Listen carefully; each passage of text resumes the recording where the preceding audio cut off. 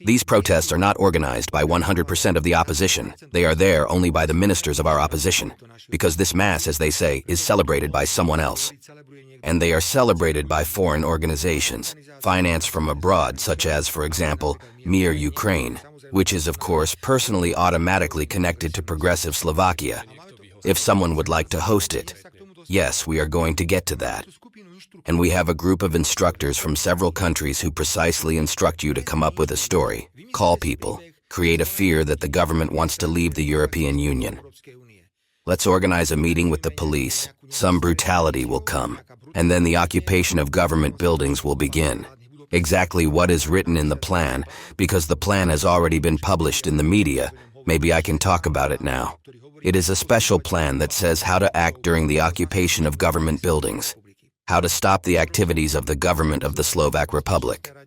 I spoke at the Security Council. I spoke now in the morning. There were more people who are responsible for it. At the moment, a list of people is being prepared who will be hosted administratively from the territory of the Slovak Republic. I think this will take place in the next few days. Secondly, the financial flows are now very clearly discussed, how it was paid for, organized, who is behind it all. These will be the first steps that the government of the Slovak Republic must take. I think it was very right that we started talking openly about these things, because I don't want anyone to turn this republic upside down, just because he doesn't like the opinion of the government of the Slovak Republic on Ukraine. You are talking about Ukraine, Mr. Editor-in-Chief, not about anything else. I laugh when I hear that the Ukrainian President Zelensky shared the statuses of Mr. Rizman, partner of Mrs. Kaputova. Ukrainian television is running here after meetings, where there is a third of Ukrainians who are shouting against the Slovak government. I don't understand what the Ukrainians have to shout about the Slovak government. And then they show on Ukrainian television how the Ukrainians are dissatisfied with Slovakia. What can you do as the president of the government personally to calm the situation down? It's strange, Mr. Editor-in-Chief. Everyone points to me that I should calm the situation, so they wanted to murder me. They organize meetings here, where they shout nonsense and lies. They attack the government from morning to evening, and everyone says, Mr. Editor-in-Chief, calm down. I think it's a bit rude. Here they came up with a story, a narrative, which is completely deceitful that people need to go out in order to prevent Slovakia from leaving the EU. Every reasonable person who knows what 2x2 is, knows well that the government of the Slovak Republic has never taken any step that would threaten the EU membership. But on the other hand, it's normal that we expect that we will react to things. Look what he said. Will Slovak diplomacy react somehow? Yes, for example. We will have to react to the story that Viktor Orban opened. Viktor Orban says that he will stop all sanctions against the Russian Federation if the flow of gas is not restored, and it flows through the territory of Ukraine to Europe, unless the security of the Turk Stream is guaranteed.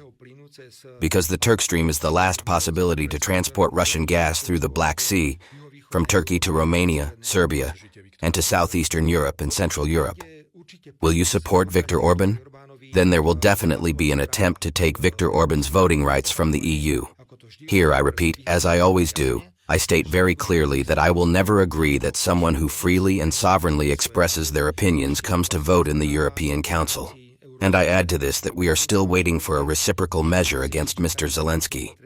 Because we agree with the Commission, I said very precisely that if we feel that someone is pulling our nose, a reciprocal measure will come from the government for the fact that the Ukrainian president unilaterally stopped the supply of gas to Slovakia and Europe, which significantly damaged Slovakia and significantly damaged the entire European Union.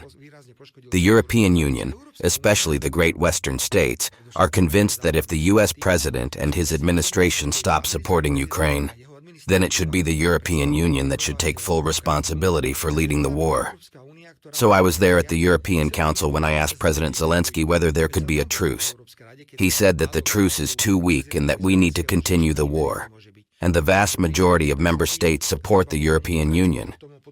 This is mainly a lesson for the European Union that we will probably be watching with our mouths open, how President Putin will agree with President Trump and what will happen to Ukraine.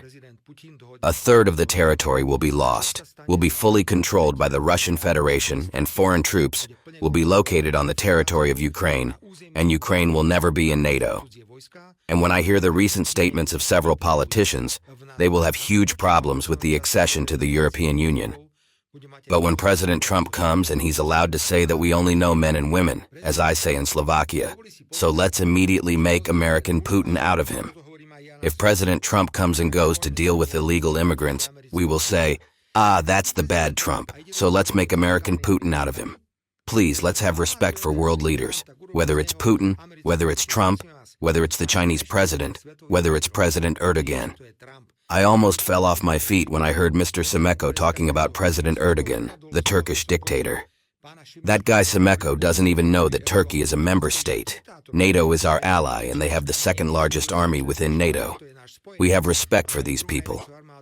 Why are we now sitting in the Slovak speech, and you are asking me about the telephone conversation between Trump and the Danish Prime Minister? Because you want to create an image, of course.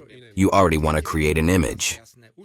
Dear God, the world is going to hell because there is a president who wants to spread common sense. It's a mistake. It's a mistake. We have to say that there were presidents before who didn't spread common sense. I absolutely support President Trump in this.